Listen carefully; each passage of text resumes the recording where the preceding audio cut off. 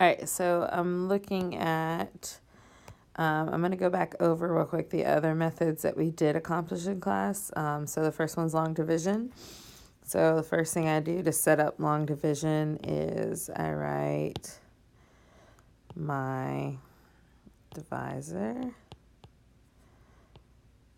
and my dividend.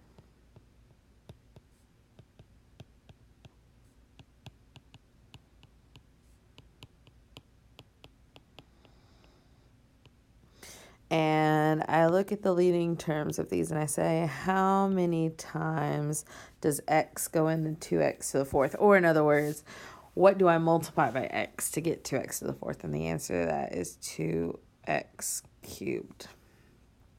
Then I take that 2x cubed and I multiply it by the entire expression of x plus 2. So 2x cubed times x is 2x to the fourth. 2x cubed times 2 is 4x cubed. And just like long division, after I multiply what I've put on top of that bar, I'm going to subtract that from the previous expression. So I subtract this from these. Instead of subtraction, though, it's a lot easier to do adding a negative, right? So 2x to the fourth minus 2x to the fourth, those cancel. 5x cubed minus 4x cubed gives me 1x cubed, okay? Then I want to bring down my next term, which is a 5x squared, and start the process over again. So just a reminder, the way the process went is I asked myself, looking at the leading coefficients, what do I multiply x by to get x to the third, or what is x to the third divided by x, and we get x squared. So then I'm going to write down my next one. So that would give me x squared times the entire expression of x plus 2. So that would give me x to the third plus 2x squared. And again, I'm going through and I'm subtracting that just like I do in long division. Once I subtract, remember it's a lot easier to add a negative. Okay. And when I add that negative, these cancel out again. And then 5x squared minus 2x squared gives me 3x squared. And again, I'm going to continue this process by bringing down the next term. Then I ask myself the same question again. What do I multiply x by to get 3x squared now? And so the answer to that is 3x. 3x times x will give me 3x squared. And then I multiply that 3x by both parts of the divisor, which is 3x squared plus 3 times 2 will give me 6x. And then again, we are subtracting that. And after I subtract it, an easier way to deal with that is by changing it to plus a negative. So these cancel. I'm left with 4x, and I need to bring down my final term, which is plus 8. And I'll ask myself one final time. X times what gives me 4x? And the answer is 4. So I put my plus 4 up there. And when I multiply the x plus 2 times 4, I get 4x plus 8. And when I subtract the whole expression, this time I'm not going to do plus a negative because I just get 0. There's no remainder here since they're the same expression. So that means that my final answer is that x plus 2, my final answer would be 2x cubed plus x squared plus 3x plus 4. Let's try the next one. So just a reminder again, the big difference between this one and the other one is I need to think about a placeholder, right? A 0x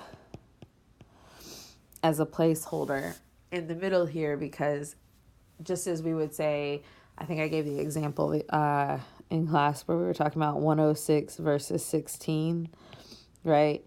If we don't put this 0 here, these are the same numbers. So we need a placeholder there to kind of adjust how our division's going to work. So let's go through and try this one now. So x plus 1 goes into x squared plus 0x plus 4, and we want to know how often that happens. We'll ask ourselves the question, how many times does x go into x squared, or what do I multiply by x to get x squared? And that answer is x. Then I'll multiply my x by both x and plus 1, so that will give me x squared plus x. Then I'm going to subtract that. Now, instead of subtraction, I'm going to do plus a negative.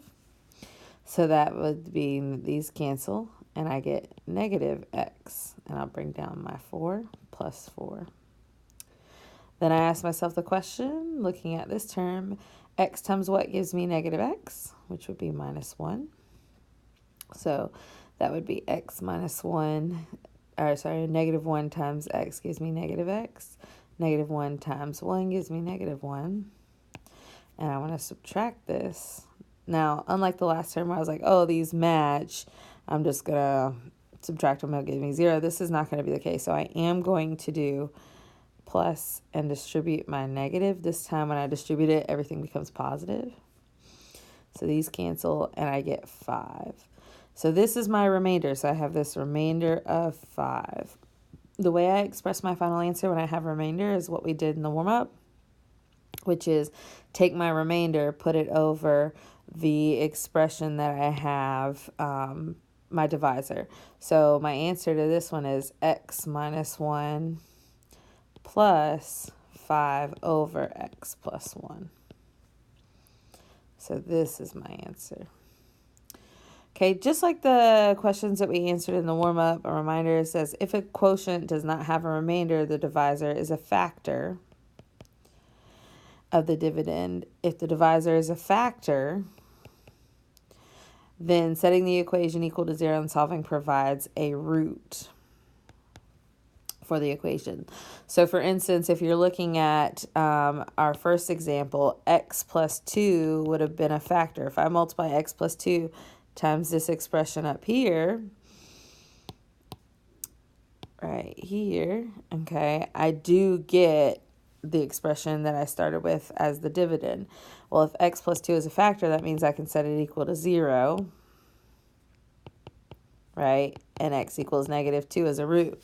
So if I plug negative 2 back into my original function, I know I should get 0 because it's a factor.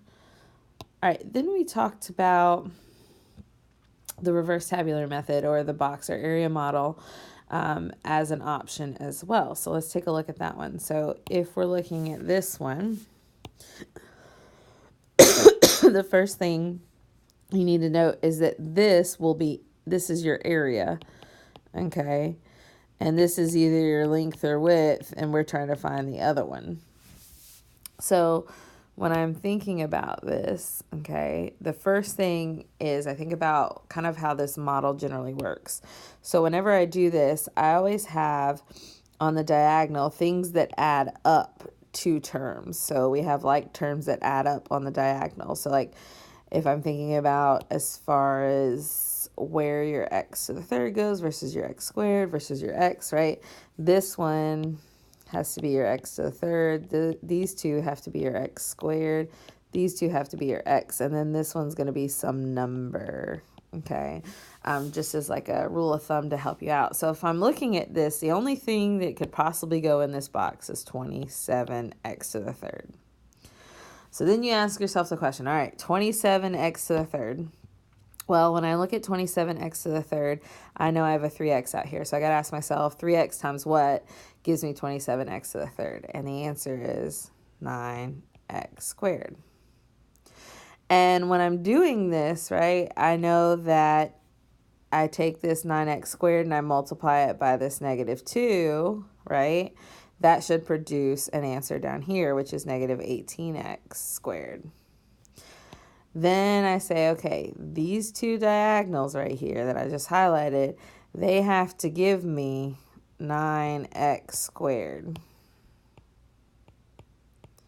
Right now I've got negative 18x squared, so I have to have enough. When I add this other number to negative 18, I get 9, so that answer would be 27.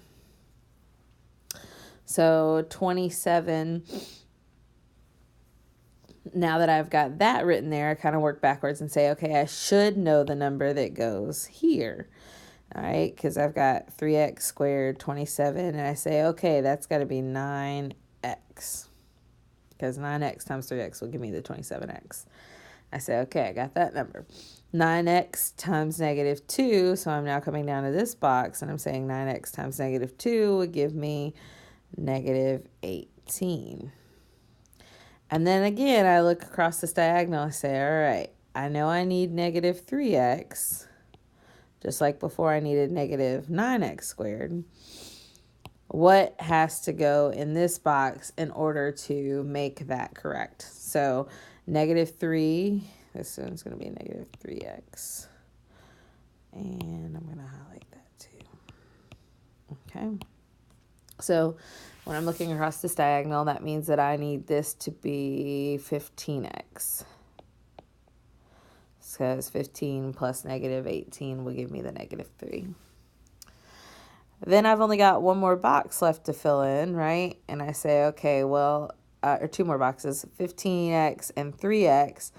That means that this has to be 5, right? 5 times 3x will give me 15x. And then I need to multiply my 5 by my negative 2. 5 times negative 2 is negative 10. And you notice that I did get this value here, which means there's no remainder. So that means that our answer is 9x squared plus 9x plus 5, right? And if I multiply this times 3x minus 2, I should get whatever our dividend is. And just like what we were talking about before, since this came out with no remainder, 3x minus 2 is a factor. And I could set it equal to 0, and I would know that one of my roots is 2/3 when I solve it. All right, so let's talk about what happens when you don't get the value of the last of the constant in your last box. So what I'm talking about is what happens when you don't get this and the remainder is not 0. Okay, obviously we can go ahead and deduce that there's no root there, right? We can't make an assumption of root, but we need to talk about how to express our remainder and what that means for our problem. So much of this is going to go the same because I've literally just changed one number. So kind of like reviewing the process we just went through, we put the first term here, and I have written that wrong, which is 27x cubed. And we say, okay, 3x times what? It gives me 27x cubed, which is 9x squared. Then I take that 9x squared and I multiply it by my negative 2. So that would give me negative 18x squared. And here comes the little bit more difficult part where I'm looking across the diagonal and I say, okay, that diagonal has to add up to 9x squared. Right now I've got negative 18x. What do I need to add to negative 18 to get 27 to get 9? And the answer is 27. So this is now 27x squared. Then I'll keep going and I'll say, all right, I've got 27x squared. What can go in the numerator, or what can go in the top of our box to give me 27x squared? So 3x times what gives me 27x squared? And that answer is 9x.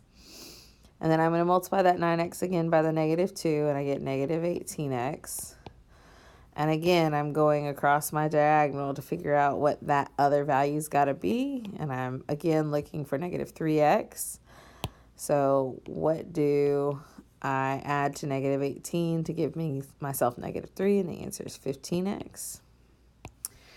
And then I've got my last one over here, which is what times 3 gives me 15x. 3x gives me 15x, and the answer is 5. And then I multiply, I've got 5 times negative 2, which is 10. Okay, so I meant to say negative 10. So as far as saying, okay, as far as remainder goes, so now let's kind of dig into that part. So we wanted it to end in negative 9. And we ended up with a negative 10, right? So we ask ourselves, what do we need to add to negative 10 to get to negative 9? And the answer is 1. So this value is our remainder.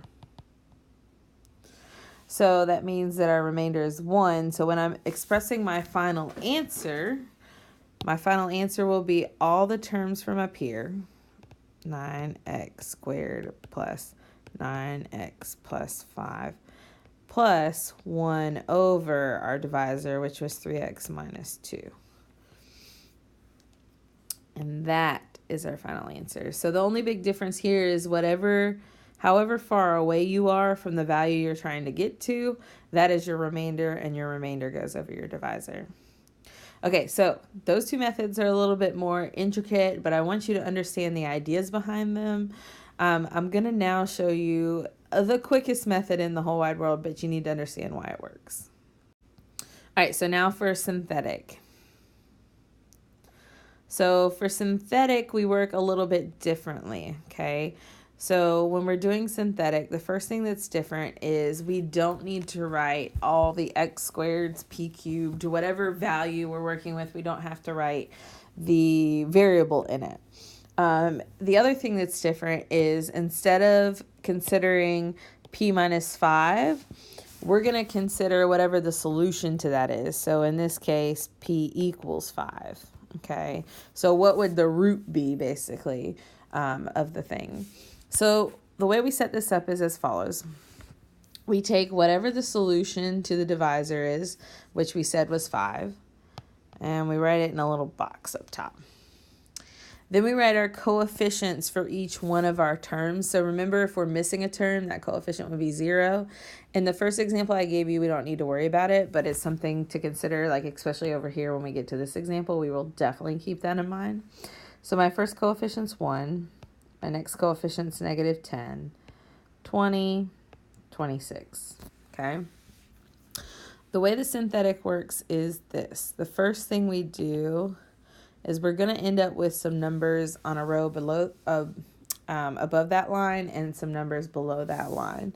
The first thing we do is we always bring down the first number below the line. So there's the 1. Then what we do is we take that number that I just brought down below the line, this number, and I multiply it by what's in the box up here. So 1 times 5 is 5. And whatever I get for that, I put here in the next column. And then what I do is I add straight down the column. Now, the reason we're allowed to add instead of subtract, like with your long division or your reverse tabular, is because of what we did here. Since we solved that for the value, we're basically reversing the signs, and therefore we can just add down now. So negative 10 plus 5 gives me negative 5. And we'll continue the process. So like negative 5 times this would be negative 25. So I'm going to take that number and put it in the next column. Okay, so 20 minus 25 gives me negative 5. And then I shall do it one more time, where I take this and multiply it by this. And when I do that, I get negative 25 again, which gives me a 1 here. Now, as far as how to interpret this answer, so once you've done that, the process is super easy, but understanding where your answer comes from is maybe a little bit more complicated. So first thing I want you to know is that this last number is always your remainder. And it might be easier to think backwards on this one, which means that this is your constant, which means that this is your x, or in this case, p, and this is your x squared, or p squared. Okay, so kind of think of it from the back forward. If this had come out to be 0, we would know that p equals 5 is a solution. Since I got a remainder, I know p equals 5 is not a solution. So that means when I divide these, this would be my final answer. I'd have p squared, or 1p squared because of the 1 here, minus 5p, right, because of the minus 5p here, minus 5 because of the minus 5 here, plus 1 over p minus 5 because I got a remainder. So this is my final answer.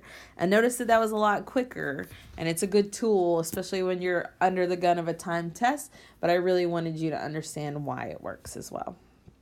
So let's look at another one here. Okay, so let's go over here to this example. The big thing about this example, the thing that's going to get you is if you don't pay attention to your placeholders. The fact that right here I'm missing an x squared and an x, or an f squared and an f, means that I need to think a little bit harder, right? I need to think that this is f cubed plus 0. I keep wanting to write x. 0 f squared plus 0f minus 8, right? This is equivalent to that. And I'm going to need that in order to think about those coefficients that I'm placing. So the other thing is what goes in the box. All right, so here we go. In the box, we're not going to put -2. We're going to put 2 because we're going to say f minus 2 equals 0. That would mean f equals 2, even though I wrote 0. So my 2 goes there. Then my coefficients come from right here. So I have 1, 0, 0, -8. Okay. I'll draw my line. First step again is to drop the first one below the line. So the coefficient there is 1. Then I take that 1 and I multiply it by 2. Okay. And I get 2. And I add down the column. 0 plus 2 gives me 2. Then I take that 2 and I multiply it by the 2 up at the top. And I get 2 times 2 is 4, so we're going to put 4. 0 plus 4 is 4. And one more time, taking this, multiplying it by that. 4 times 2 gives me 8. Put my 8 here. Now, this is important. This is our remainder. The fact that we got a remainder of 0 means that 2 is a root, okay? And that f minus 2 is a factor. As far as what we get when we divide, we should have no remainder. So here's our constant. Here's our f term. And here's our f squared term. So we have 1f squared. And again, you don't need to write the 1. I'm just writing it so you can see where my coefficients are lining up. Plus 2f plus 4 with no remainder. So this would be my answer. And again, this remainder being 0 tells me that f equals 2 is a solution or a root to this problem. Okay, I got one more example for you. And that pretty much is because I have got a fraction involved is the only reason why I'm going through this terrible, terrible problem with you. So you'll notice that this is my divisor, which means that when I solve it for x, I'm going to get x equals -2/3, which means that the number that I'm dealing with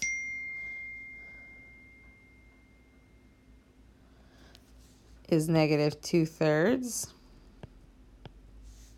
that goes up there, which means, yes, we're going to be multiplying by that quite often. Now, I'm not missing any terms. It might look quite large. Oh, yeah, I am. I'm missing a x to the 4th, so I'll put a 0 term there. So I've got 3x to the 6th minus 7x to the 5th plus 0x to the 4th minus 53x to the 3rd minus 26x squared minus 43 minus 34. Whew. Okay, this one's going to be a long one.